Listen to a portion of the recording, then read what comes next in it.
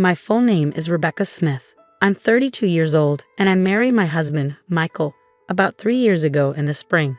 Our relationship is great, and we are also very close to his sister, Emily. We get along like sisters. This story involves a man named Daniel, who later married Emily. Michael and I have been together for over 10 years, even before we got married, so we are like parents to Emily. We always wished for her happiness and took care of her. Because of this, when Emily got a marriage proposal from her fiancé, she wanted to introduce him to us, her second parents. "I want to introduce my fiancé to you both," she told us. That moment was very special for us as a couple. We felt so happy because Emily, whom we love like a daughter, was finding her partner and working towards a happy future. It was a joyful moment for both me and Michael, and our hearts were full of happiness. Finally, the day came. Emily brought Daniel, her chosen partner, to meet us. Daniel seemed to be around my age, maybe 32. He was 5 years older than Emily, which made me realize she likes older men. I watched him quietly and was impressed by his solid appearance and calm attitude. However, I noticed Daniel kept glancing at me. Did he want to say something to me? Was there something about me that bothered him? Or was it just a coincidence? These questions popped into my mind. I quickly checked my clothes and hairstyle for any issues, but found nothing wrong. Maybe realizing it was rude to stare, Daniel quickly looked away. In the end, we couldn't understand why he was watching me so closely, but Michael and I decided not to worry about it. We went on to introduce ourselves and started chatting with Emily and Daniel, who were sitting across the table from us. "Please take good care of my younger sister," was a classic phrase exchanged, and Michael responded with a smile, "Emily, I'm trusting you to him." Saying this, he'd entrusted Emily's future happiness to Daniel. This created a warm and friendly atmosphere at the gathering, easing the initial tension of our first meeting. At one point, Michael asked Daniel a question he was curious about. "Daniel, may I ask where you work?" I was very interested in his answer and listened carefully. Daniel answered proudly, puffing out his chest. "You might have heard of it. I work at TE Company, which is growing very rapidly right now." "TE Company? Is that the famous game development company?" "Yes, that's correct. I actually started working at TE Company last year, but I didn't leave my old job because I didn't like it. TE Company approached me directly because they valued my skills highly, so it's like a promotion for me. Don't worry, I didn't start as a regular employee." Hearing this surprising story, both Michael and I were amazed. I couldn't help but widen my eyes, and our gazes met. Seeing our shocked reactions, Daniel seemed satisfied that he had made an impression, and he spoke with even more pride. "That's why I want you to trust me completely with Emily. I'm climbing the career ladder quickly at TE Company, and I'm confident that I'm progressing faster than most. Even though I started at a regular level, my salary will increase rapidly, and I'll move up in the company quickly, so please don't worry." When I heard what Daniel said, I was so surprised that I couldn't speak. TE Company is super famous, and I know a lot about it. Michael probably knows about it too.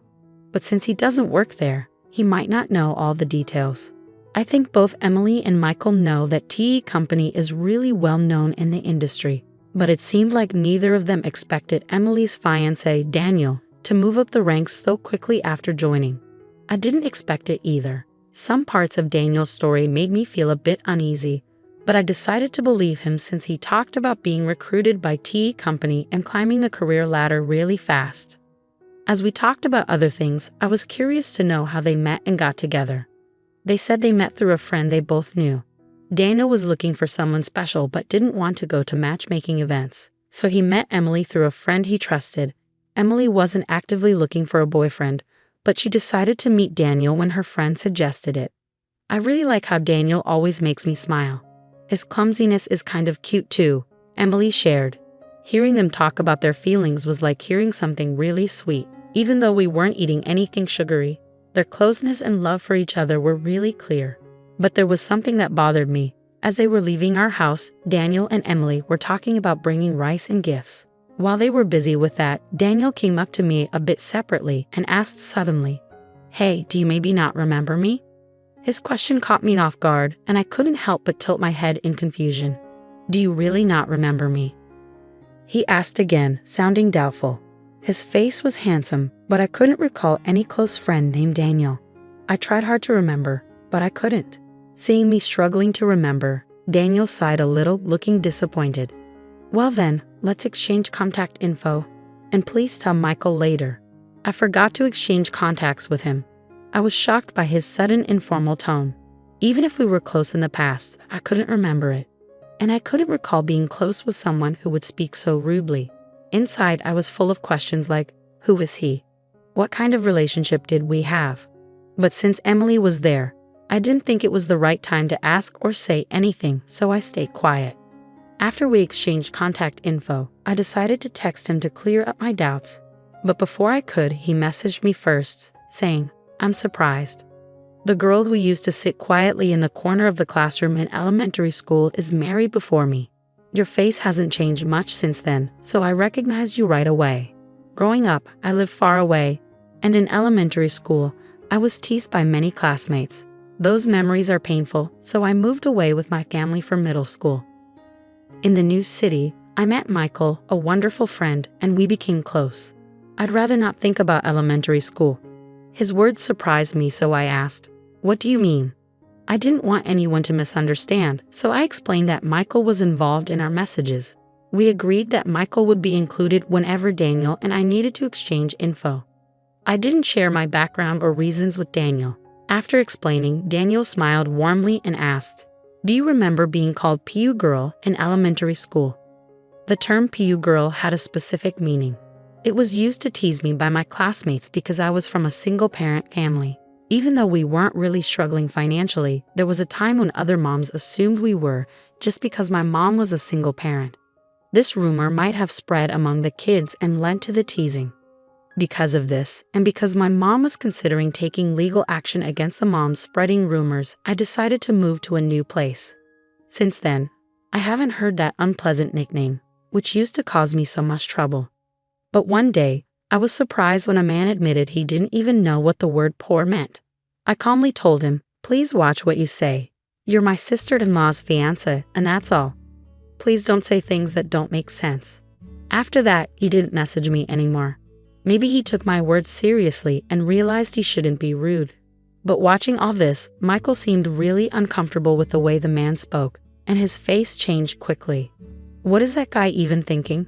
It's like he doesn't realize he's talking to the sister-in-law of the woman he's going to marry, and bringing up stuff from elementary school and acting like nothing's changed. That's just crazy, Michael said, his anger showing. Seeing Michael so upset, I tried to calm him down, saying, take it easy, take it easy. But I was also worried, so I called my mom right away and asked her to find a class photo from my elementary school days. I wanted to see if there was a classmate named Daniel in it.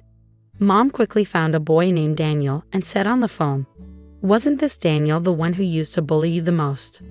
Suddenly, I remembered everything I had forgotten. Daniel was indeed the main bully. Just to be sure, I asked Mom to send me the photo. Looking at it, he looked quite different now, bigger and chubby. That's probably why I didn't recognize him. After that, I decided to look into things further. A few months after our first meeting, I got a call from Emily, which was surprising after such a long time. Rebecca, we haven't got your RSVP for the wedding invitation yet. Are you and your husband planning to come? What wedding invitation? We were really looking forward to it, but we never got it, I told her. Emily seemed surprised and said, I definitely sent it. Maybe something went wrong. Anyway, I'll bring it to you tomorrow, she said, sounding very sincere. The next day, Michael and I got the invitation directly from Emily, and we told her we'd be there. At that point, we had no idea what would happen at the wedding or how it would affect us. No one could have guessed what was coming next. On the day of the wedding, Emily looked stunning in her pure white dress, like an angel. I congratulated her with tears in my eyes, hoping for her happiness and ours too. But Daniel, the groom, quickly soured the mood. He pointed at me, surprising all of us. Why are you here? I didn't invite you, he said, looking very displeased. It seemed like Daniel went out of his way to make sure Michael and I didn't get an invitation. This woman grew up with just her mom. When things got tough, she ran away. Maybe she had some money problems, and now she's with a rich guy thinking life will be easy. She's living in a dream, he said. Despite not knowing anything about my past, Daniel falsely accused me. Michael, sitting next to me, clenched his fist in anger. But I told him to calm down. Daniel kept making false accusations against me. I have an important job at a well-known company. Are you planning to use your connection as my sister-in-law to get money from me if I marry Emily? He asked firmly. His friends were shocked and started getting excited. They must have the same narrow view as Daniel. I went to a staff member and asked for the microphone. Daniel looked like he expected me to say something emotional and illogical, but I stayed calm and said, "It's ridiculous that you, who can't even remember the face of your own company's president, call yourself an elite. Think carefully. If you want to cut ties with me, I'll be in the president's office tomorrow. We'll go through HR procedures." After handing back the microphone, I confidently returned to my seat with a calm demeanor. Michael stood up and walked towards the exit. Soon after, Emily followed him. Seeing this, Daniel called out to her, "Wait, why are you leaving too?" "I'm just trying to end things with her." "If that's the case, there shouldn't be any problems, right?" Not fully grasping the situation, Daniel spoke to Emily, who gave him a cold look. "You really don't know Rebecca, do you? She's the CEO of T Company. I respect and deeply admire her. I can't forgive you for insulting her. I'm ending this engagement right now. You've ruined such an important day. Be prepared." Shocked by Emily's firm words, Daniel was taken aback. Emily talked to the venue staff and removed her wedding dress. She told the guests that the banquet was over, and the wedding would now be a simple meal gathering. She made it clear that this wouldn't happen again and firmly blamed Daniel for the breakup. The next day, as I had promised, I calmly waited for him in the president's office. Two big, muscular employees stood beside me, ready to act if he tried anything during our talk. When he came in, he seemed confident at first, but that soon changed. He sat down and looked tense. His behavior, coming in without permission and not even greeting, was rude. It was clear he didn't understand the basic rules of the company. "No way. I can't believe you're really the president. This is unbelievable," he said. "If you did a little research, you'd find the president's info on our website. Didn't you check before coming?" I asked. "Well, there were some things." He trailed off. It seemed he hadn't taken my words seriously or bothered to find out the truth. Maybe he thought I was joking or lying in front of all those guests. I told him, "I'm considering terminating your contract." "What? You can't make such a quick decision over a small misunderstanding. I'll talk to the Labor Standards Inspection Office." He tried to persuade me carefully, but I calmly put a copy of his resume in front of him. "You lied about your education here, didn't you? And you claim to have skills you don't actually have, like Excel and video editing. Is that true?" "Well, about that," he started.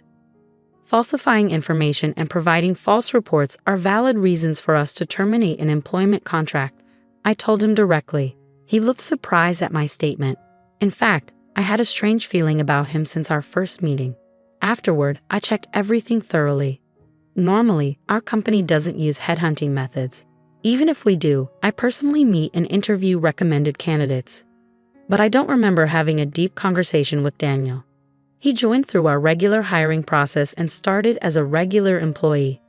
He claimed to be aiming for promotion and said he was skilled with certain software, but he actually wasn't. That's why he never got promoted. His self-assessment was very high, and I found that suspicious, so I looked into his attitude.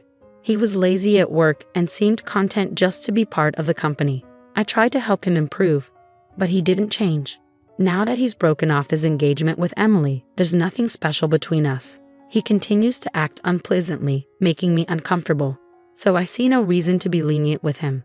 I promptly asked Daniel to leave the company. Since he had only been with us for less than 6 months, there was no need to consider severance pay or handing over specific duties over such a short time. "Can't you help me out, as an old friend?" he pleaded.